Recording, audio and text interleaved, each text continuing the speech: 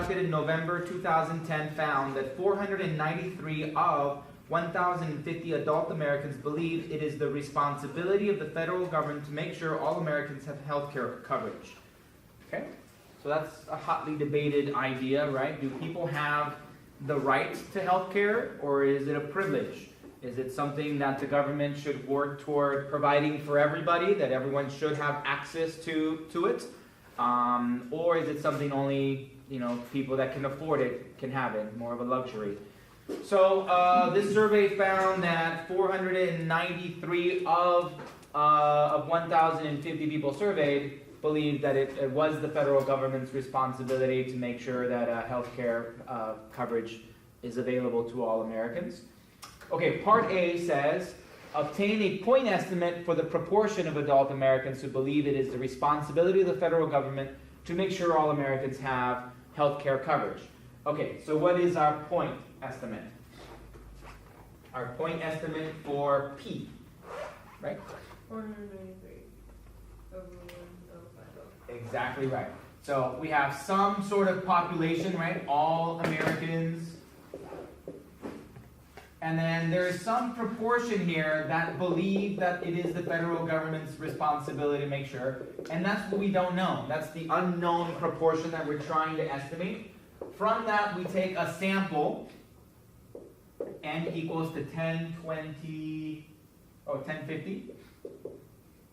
And in our sample, we found that x equal to 493 individuals in that sample said, yes, it is the federal government's responsibility. So we have a sample proportion, p hat, of 493 divided by 1050, which converts to, 0.4695. Good questions, comments, issues there? That's it?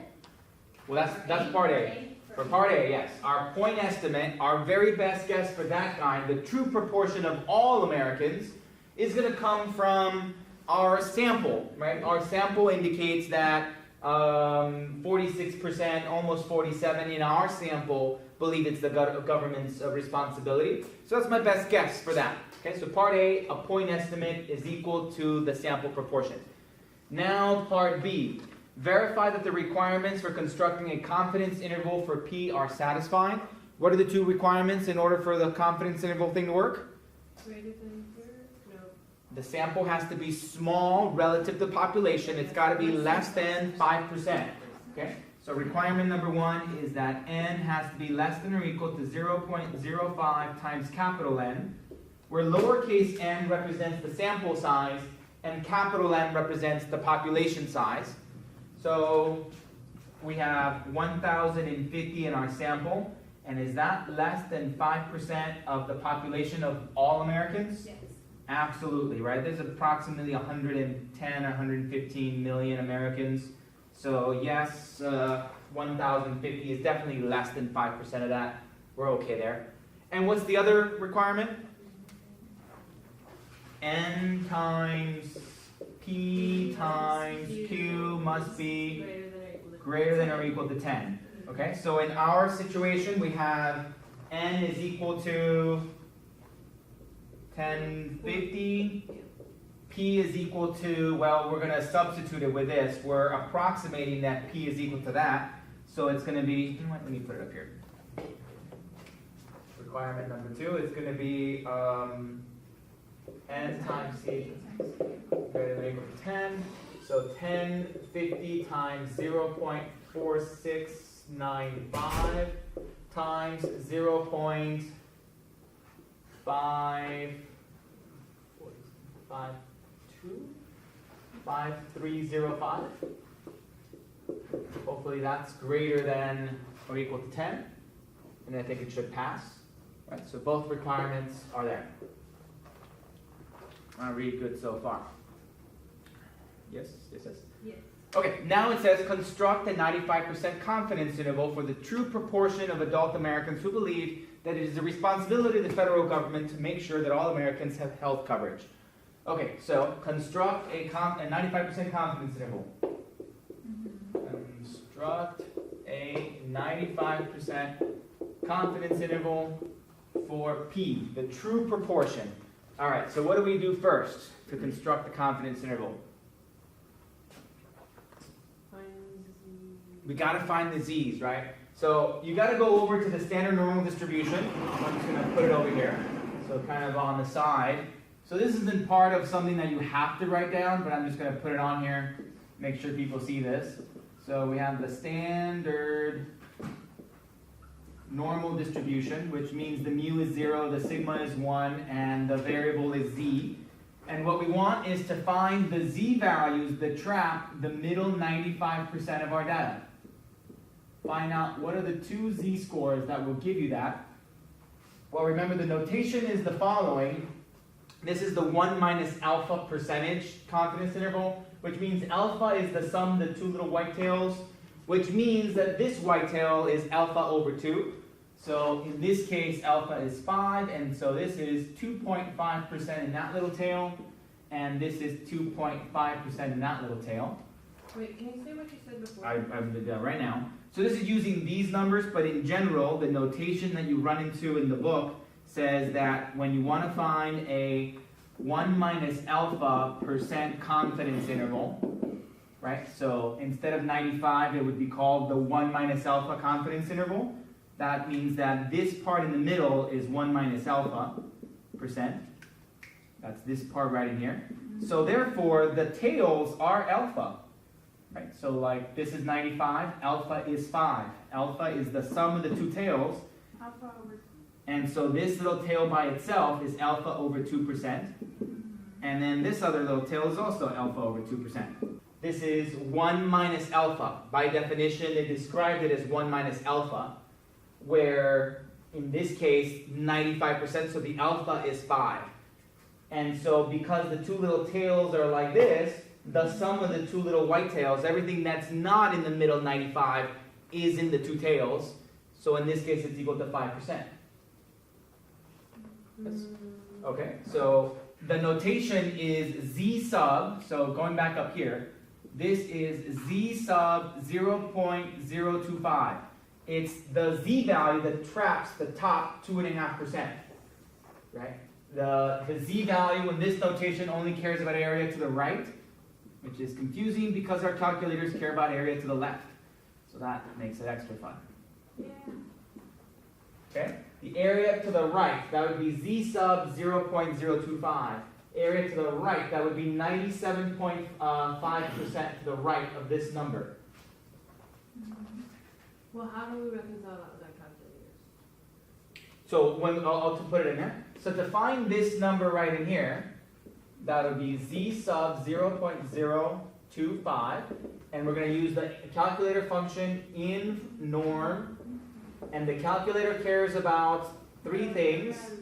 The area to the left, so even though this is the area to the right, then that automatically means the area to the left is 0.975, and the mean and standard deviation.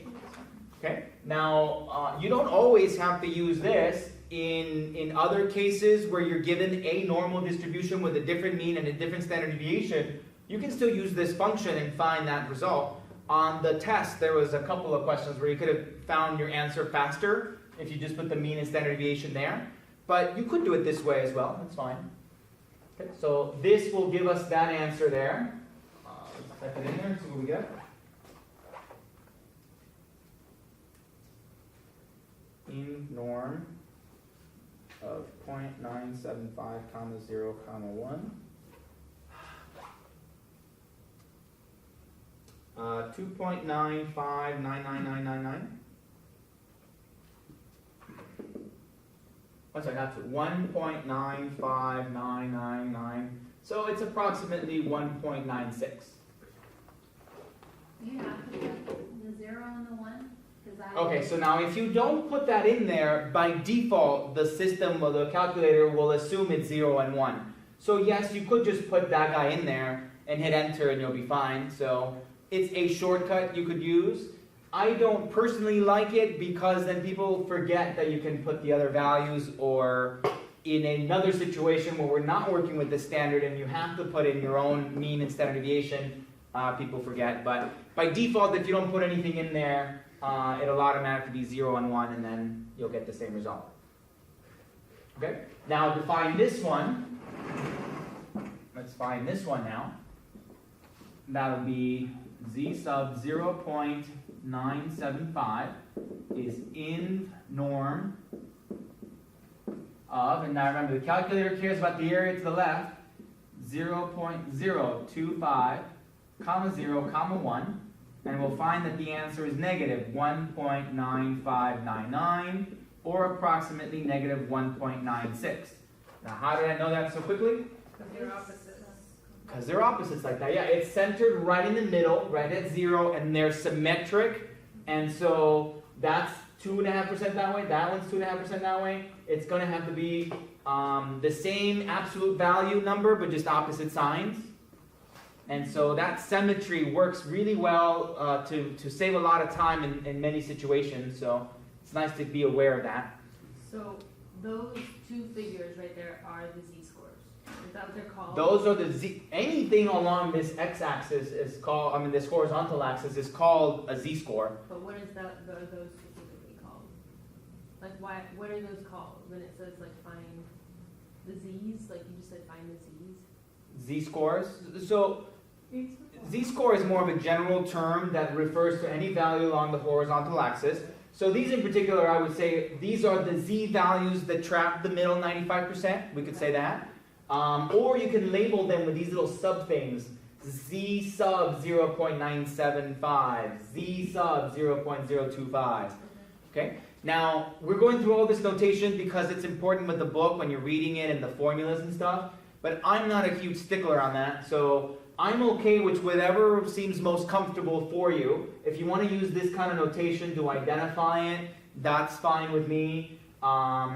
If you just want to call it some other Z sub 1, Z sub 2, that's fine with me. So I don't really mind that. You just have to find the Z scores, the Z values, the trap, the middle percentage that you're looking for. Now same thing with the in general format. When we have the 1 minus alpha and the alpha, then this would be called Z sub alpha over 2, because it's the Z value that traps the top alpha over 2%.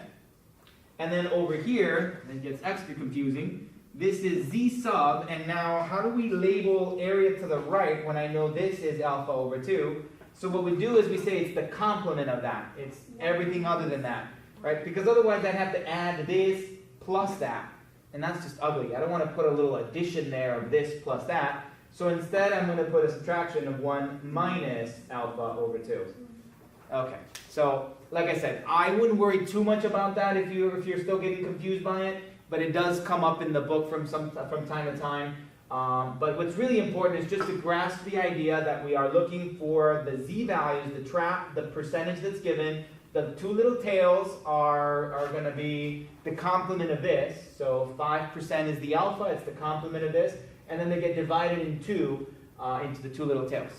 Yeah, question? Are they always going to be evenly, like the same number? Yes, as long as they say it's the middle, right? Whenever any question that says find the values that trap the middle 80%, the middle 90%, that you're automatically saying that it's symmetric and centered right around 0. Therefore, these two things always are equal. And that's always the case with confidence intervals. We always want the middle. Now, on the test, there was some question where I very specifically said it's not in the middle, so you really wouldn't be able to say that the one tail was bigger than the other tail, and you wouldn't be able to take advantage of that symmetry in that case. But with confidence intervals, yes, it's always the middle. Okay, any other questions so far? Are we only going to be dealing with those from now on, or is there going to be some like that was not in the middle? Confidence intervals are always about that. Now, if there's some other random question not involving confidence intervals, then maybe. But in Chapter 9, it's all about confidence intervals. So in Chapter 9, that's all we really do. Okay, good. Okay, so all this was just to really be able to remember that that's what we wanted, that this number of the values of negative 1.96 to positive 1.96 in the standard normal distribution trap the middle 95% of our data. Right? We needed that. So let's go back to our question. Back over here. It says construct a 95% confidence interval for P. And if we look in the back of our book, The formula sheet I'll give you just has all these things, so you don't have to memorize them. You just have to know which one applies where and how to interpret them. So the formula for it is p hat plus or minus z sub alpha over 2 times square root of p hat times q hat all over n. Right? So we know that guy. That's our sample proportion. Z sub alpha over 2, we just figured it out. They said 95% confidence interval. It's the z value that traps the top 2.5%. We just got that. And then this we can calculate because we, again, know p hat. Right? So we have everything we need for this equation. So p hat is this, 0.4695. Plus or minus, this was 1.96. And then square root of, this is 0.4695 times 0.5305 divided by n, which was 1,050. Any questions? So how will we know what to use? You said we have to, when the formulas will be provided, but how will we know when to? Okay, how do we know that this is the formula that applies to this situation? Yes. Because this is construct the confidence interval around p, proportions. So we have a sample proportion. The other one is going to be about means. We don't have a mean, right? If we have a sample, a survey of 1,050 people, can I say the average was 490? What does that mean? The average person was 493 said yes? That doesn't make any sense at all, right? We can't have a mean in a situation like this. We can only have a proportion, right? A ratio. What ratio of the number of people that I asked believe in a certain manner? What do you mean plus or minus? Is it There's two figures, right? Correct. So we have to wrap it around the center. So let's figure out what this is. So I get plus or minus 0.0302, and this is 0.4695. Okay, so there's two answers. One of them is to add these two together. That's the top of the interval, and the other one comes from subtracting these two. So the lower bound of my interval is 0.4695 minus 0.0302. So that's going to be 0.4393, comma, and the top of the interval is 0.4695 plus 0.0302, 0.4997. Good. So this is a 95% confidence interval for P.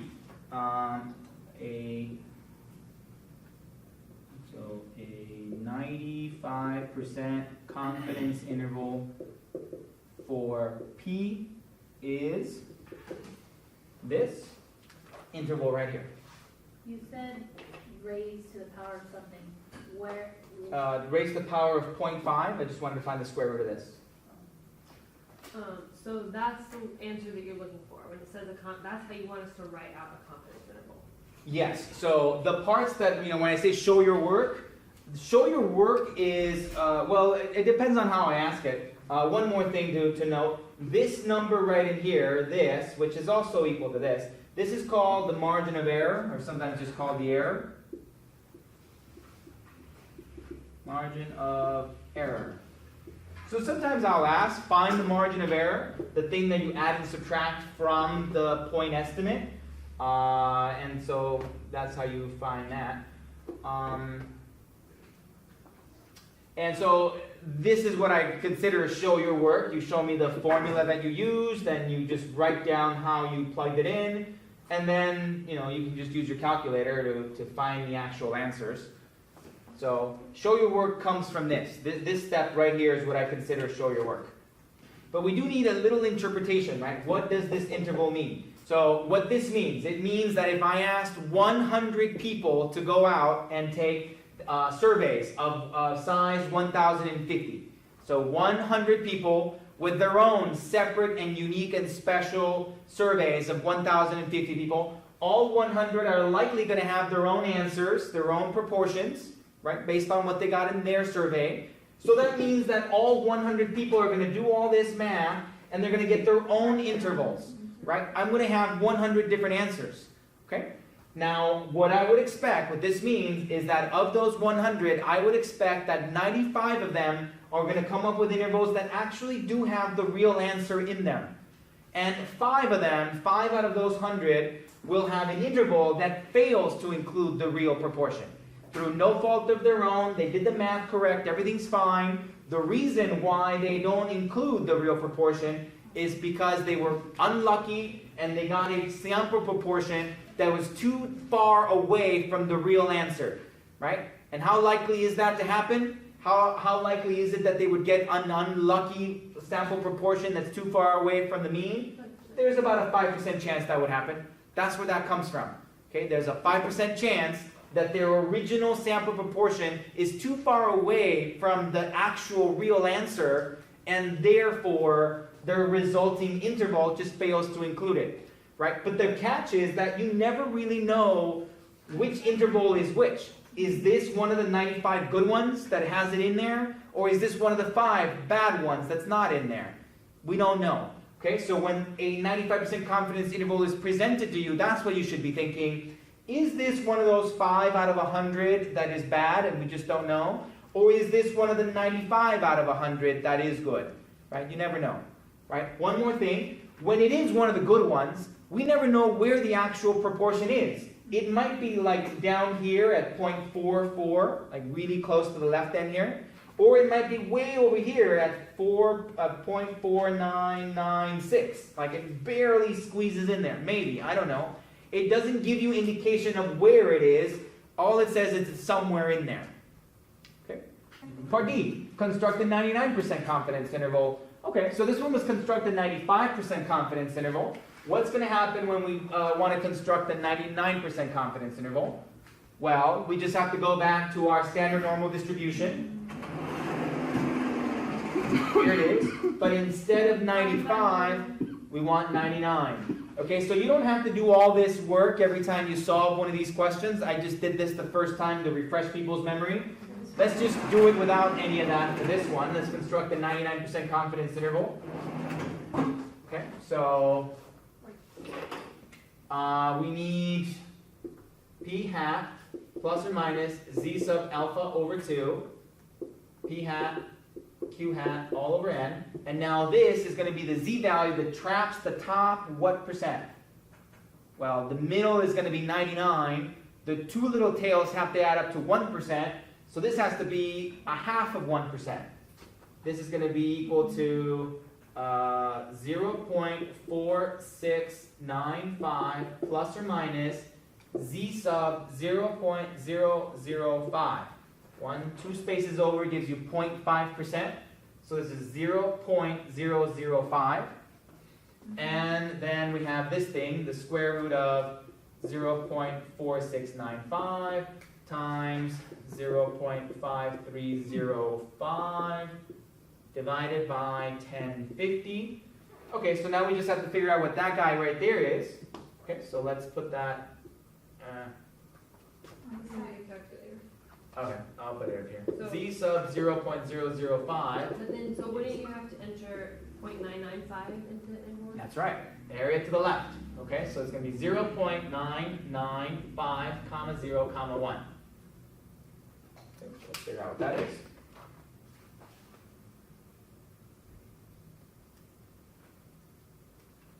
.995, comma 0, comma 1. I get 2.5758. 2.5758. So I know that the other one, the one on the other side, would have been negative 2.575. So I know that between negative 2.5758 and positive 2.5758 in the standard normal distribution, we trap the middle 99% of our data. Right? Again, this is not part of your solution, but I'll just put it on here. Standard normal. I know that between negative 2.5758 and positive 2.5758 in the standard normal distribution, what's that? Is the 99%. It's the 99, it'll trap the middle 99% of our data. Okay, we need that because it tells us how many multiples of this standard deviation we would have to go above and below this number in order to trap the middle 99% of our data. All right? Okay, so we're ready to write that in here. This will be 0.4695 plus or minus 2.5758 square root of 0.4695, 0.5305 all over 1050. There we go. Okay, so I get 0.4695 plus or minus 0.0397. 967. 967. Can you explain how you got .005 again? I mean, I know you, 0.005. the Z sub, Where's the .005 that you're talking about? Oh, this? yeah. So, I okay. know that you had the two little tails, and then you divide it alpha by 2, but You said it right there. Yeah, So but this that's thing, these two have to add up to what? 1. One. 1. So what's half of 1? 0.5. Half, 0.5. So this is 0.5%, and this side is 0.5%. So now when I convert it to its decimal approximation, we got to move the decimal over 2 spaces, which is why we end up with 0.005. Because you're getting basically, But so 5%. we're figuring it out for the right one, and then we're just doing the rest of it. Oh, so if you remember for our formula, it doesn't even care about the other one because it's symmetric. All we really know is that we have to go 2.578 standard deviations away from the mean, below and above it, to trap the middle 99%. So that's what we needed here, because this is our estimate of the standard deviation of the distribution that we're talking about. So we need to multiply this times the estimate of our standard deviation, and then we add it and subtract it. So because we have a plus or minus right here, it doesn't really matter whether this number is positive or negative. We're going to consider both cases of adding it and subtracting it, so it doesn't really make a difference at all. 0.4298 as the lower bound. Did you guys get the top one already? 0.5092. Okay, so there is our 99% confidence interval for P. So a 99% confidence interval for P is this. All right, this one's that one, this one's that one. Any questions? So that means that if you ask 100 people to take the surveys of that many people, then 99 of those people would have intervals that include. That are within that interval. If I ask 100 people to do all this work and come up with their own surveys, Yes. okay, yes, so we'd have 100 different surveys, 100 different sample proportions, 100 different intervals. I would expect that 99 out of those 100 intervals would actually include the real proportion, and one unlucky person in that 100 is going to do all the right work and come up with an interval and just fail to include the proper the proportion because their sample proportion was just too far away from the real answer, right? Through no fault of their own. Okay. So this is really a percentage of an indication of how confident you are in the process, not the actual interval, right? This is a confidence level of the process. This process will give you the right answer 99% of the time. It's not a matter of 99% chance that it's in here or not in here. It's a percentage of how confident you are with this procedure. This procedure will lead to the right interval 99% of the time, and 1% of the time, this procedure will lead to an interval that fails to include the correct answer in it. Good. And now the last one says, what is the effect of increasing the level of confidence? Okay, so what happened when we increase the level of confidence with the two intervals? the interval got bigger, right? So that's the general pattern. The wider the interval, the more confident you are, right? Does that make sense? If you tried to guess something like how much did I make last year, right? You can come up with an interval, right? And then if that interval is bigger and bigger, the bigger that interval is, you're more confident that it's in there, right? I can tell you with 100% certainty that last year I made more than $1, but less than $10 million. Well, that's almost basically 100% chance. Almost. Almost. I might have made more than 10 million. You don't know that. But it's You don't pretty good. know me. It's still over 90% chance. It's pretty close to it's pretty close to 100% that it's somewhere in there, right? Or maybe it's the other way around. Maybe I give all my money to charity. Maybe I made $0 last year. No, but aren't those factors that you really can't consider? Correct. So that's why I'm very, very confident, though not 100%. I'm like 99.99999% confident that's somewhere in there. So On the other hand, if I made this smaller, let's say that I wanted to go not between 1 and 10 million. Let's say a realistic thing. You guys throw something out there and I'll try not to be I was gonna offended. say 30,000. 30,000, okay. And what do you think is the upper level? Maybe 90, 100. 90 to 100? Okay, I'll just put 90. Okay, so here is another interval, much smaller than that one. And now we're less confident, right? If you have to put money down and just flat out pick which one has the real answer in it, well, I'm almost confident it's going to be in there. This one, I don't know, you're less confident. So the smaller the interval, the less confident. The wider the interval, the more confident. However, what's the catch? Well, when the interval is too big, you're really confident, it's really big. But when it's too big, it just kind of becomes useless. Because, yeah, okay, my salary is between 1 and 10 million. What does that really tell you? Not much information, right? But what if we were pretty confident and the interval was between 30 and 90? Well, that gives you more useful information than this top one. So that's the drawback that we have to deal with all the time in real life when we create these intervals. We like a lot of confidence, that's good, but we know inherently that whenever we add a lot of confidence, we're going to get an interval that's wider. And that might not be as useful than getting an interval that's smaller, even if we trade off giving a little bit of that confidence away. So it's that little balance that we got to play with in the real world. Yep. Question. From a realistic standpoint, are you trying to, when you say you're confident, are you picking a specific interval, a specific number, or are you trying to say, okay, you're in this range? So are you trying to be specific about what the number is, or are you trying to say, okay, it's in this range? Are you trying to generalize, or are you trying to actually be specific about what's the number you're looking for? I don't know how to answer your question. So I mean, in the real world, when we go out, like if they gave me this assignment to come up with a confidence interval for the real proportion P, Yeah. then I have to come up with this on my own. No one's going to tell me create a 99% confidence. I have to do that on my own. Yeah. And I have to decide what's better, to create a 95% confidence interval or to create a 99. How about create a 99.9%? I can make this as confident as I want, as accurate as I want. I can put as much confidence in this as I want. Or I can lower this. How about an 80% confidence interval? So that's the trade-off. That confidence levels are good because you are more accurate. You're more confident that the interval that results will really have the real answer in it. But the drawback is that it will inherently be bigger.